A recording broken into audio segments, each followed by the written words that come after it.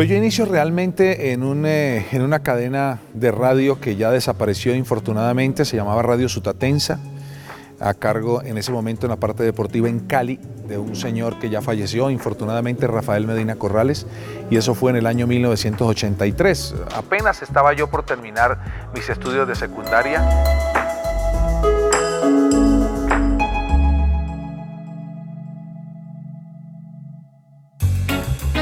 Tengo que decirlo, me volaba del colegio, me capaba clase porque tenía que ir a la emisora como a las 11 de la mañana porque el programa era de 11 a 1 de la tarde. Entonces, como me encantaba tanto esto, yo busqué trabajo en el Estadio Pascual Guerrero, trabajo como tornero, es decir, yo era quien recibía las boletas de la gente que entraba del primero al segundo piso. ¿Y por qué? Lo hicimos con mi hermano Alfonso, que también ya falleció infortunadamente, era mi partner, y yo le dije a Alfonso, yo quiero estar ahí, porque por ahí pasan todos los periodistas deportivos y mi anhelo es ese. Y de pronto me hago amigo de uno y yo creo que de pronto puedo tener un futuro. Y lo hicimos así, pero arranco en Radio Sutatensa en 1983, recogiendo cables, solamente daba la hora, era lo único que me dejaban dar en Radio Sutatensa, hasta que algún día el mismo Rafael Medina dijo, tú tienes una voz que es sonora y me gusta, y entonces ¿por qué mejor no te dedicas a hacer entrevistas? Y me dediqué a hacer entrevistas, después entré a estudiar Derecho, después, bueno, ya el Derecho se truncó por el tema de los viajes, y por ahí comienza básicamente mi carrera. El trabajo duro fue consigna desde el inicio. El cantante del Gol reconoció lo que ha representado la compañía de su familia, una motivación para los que siguen en vida y un homenaje a los que ya se fueron. Mi papá, José Omar, era un hombre espectacular, pero era un hombre de una obligación de básicamente de 12 personas, y a mi papá le tocaba muy duro, era muy difícil. Y tuve el infortunio de que mi papá dos años después fallece.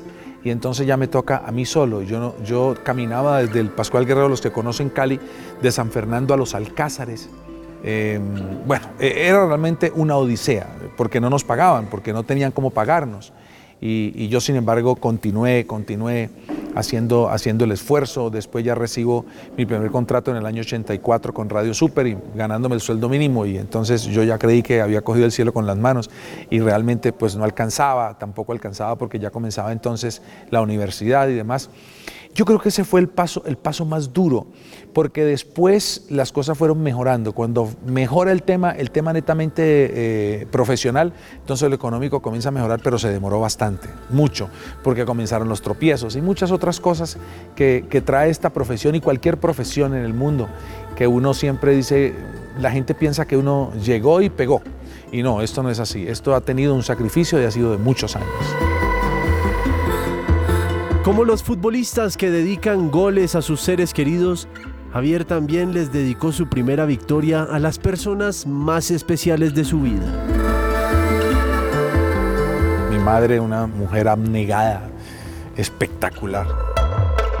Y yo siempre quise tener un sueldo para poder decirle a mi mamá, ven, yo te ayudo. Y sobre todo en las circunstancias después de la muerte de mi papá, que aunque no fueron pues las más críticas, de todas maneras sí eran difíciles.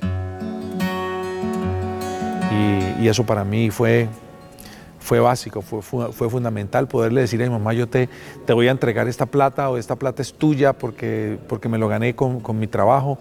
Eso fue una satisfacción que yo creo que a muchos de los colombianos nos ha pasado, una satisfacción que nosotros no podemos dejar pasar por alto. La muerte de su padre significó un giro radical en su vida. La motivación y la obligación llegaron en conjunto. El cantante tenía que dar una mano en casa y con su talento lo logró.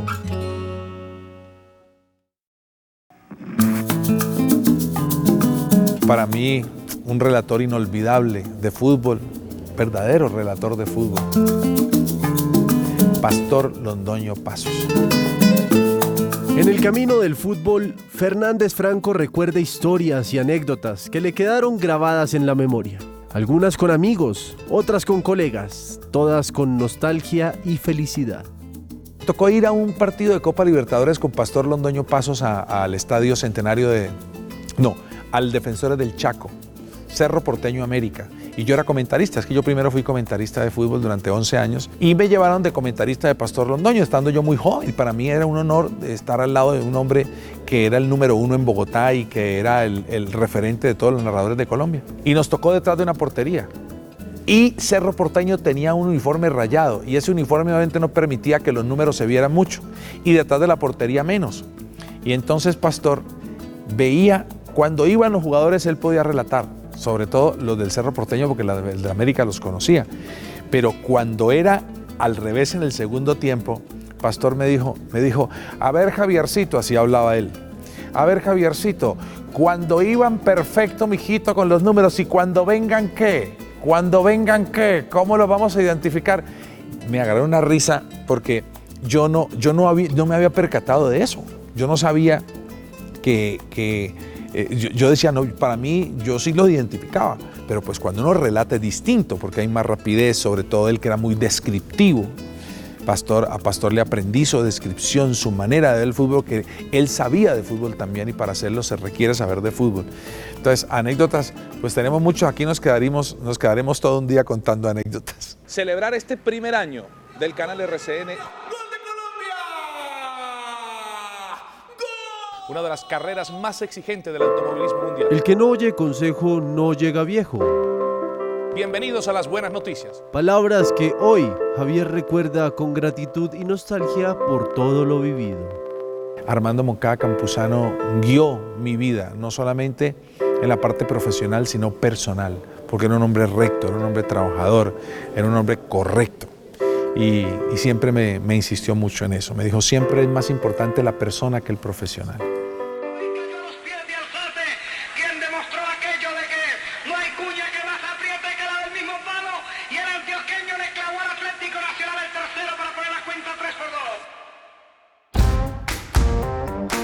En materia futbolística, Javier destaca la importancia de los jugadores colombianos a nivel nacional e internacional. Para el cantante no hay un solo nombre para denominar al mejor jugador de la historia del fútbol colombiano.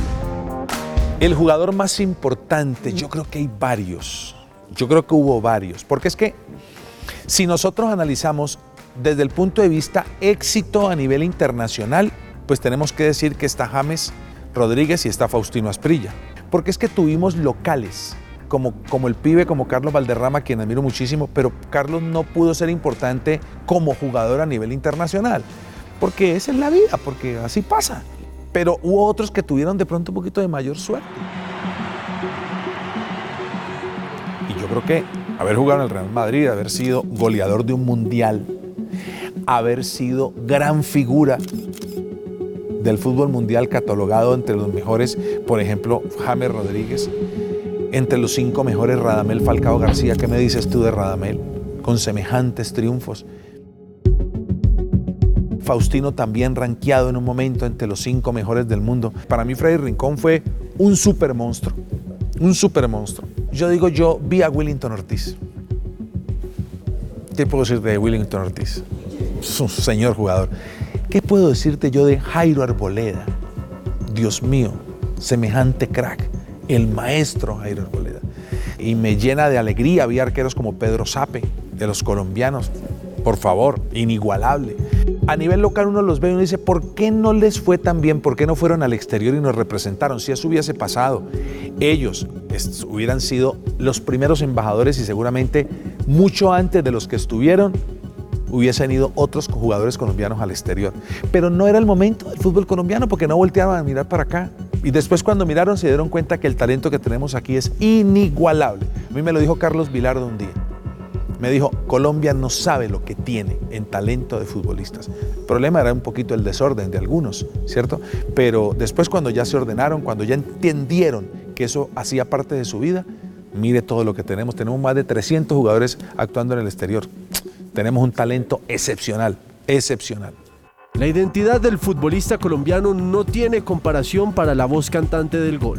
Tantos años en el fútbol le permiten tener una panorámica e identificar el sello característico del fútbol cafetero.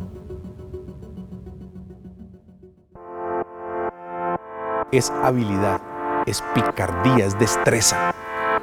Nosotros lo tenemos. Calidad. Tenemos todas las características que se requieren para ser los mejores del mundo. Los mejores del mundo. Faltan otras cosas. Nosotros todavía, en materia de fútbol, somos tercermundistas, tenemos que aceptarlo. Por encima de nosotros están los creadores del fútbol, por encima de nosotros está Alemania, por encima de nosotros está, a nivel sudamericano, Brasil, no lo podemos negar, el mismo Argentina. Que les hemos ganado algunos partidos, hombre, por favor, y nos alegramos, y cada que podamos les vamos a ganar. Pero son campeones del mundo. Nosotros no lo somos, ni siquiera todavía hemos llegado a una final.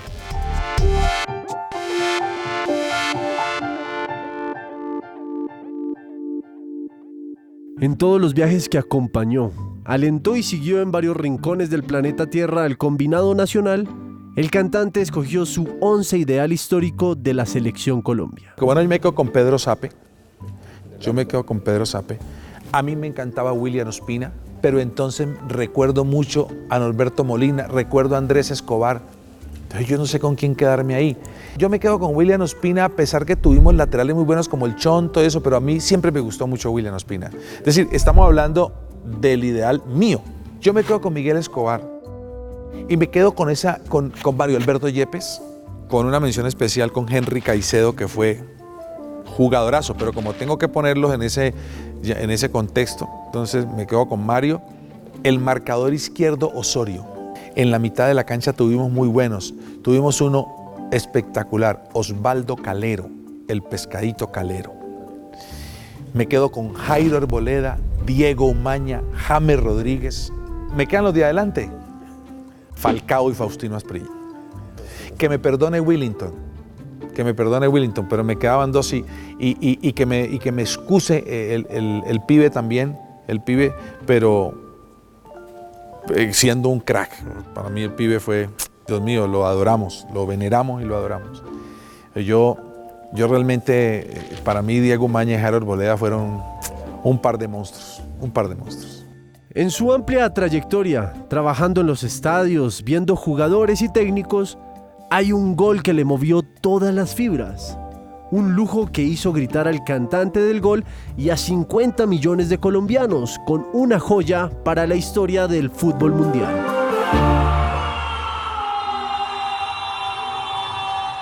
El de James frente a Uruguay. Porque después vinieron los de Jerry, que para mí, los goles de Jerry, Dios mío, yo pensé que era el último gol que cantaba.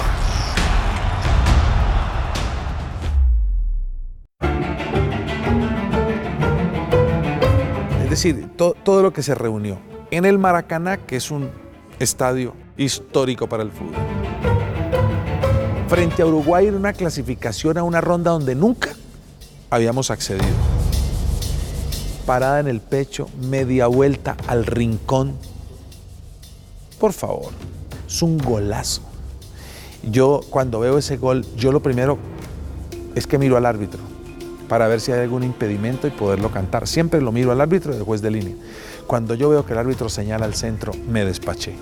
Ese fue un gol para mí espectacular. Yo pienso que fue sensacional. Después el de Yerry Mina frente a Inglaterra, cuando además yo lo anticipo, porque yo digo, mi negro, vaya, métale la cabeza a eso, que somos 50 millones de colombianos haciendo fuerza por este empate.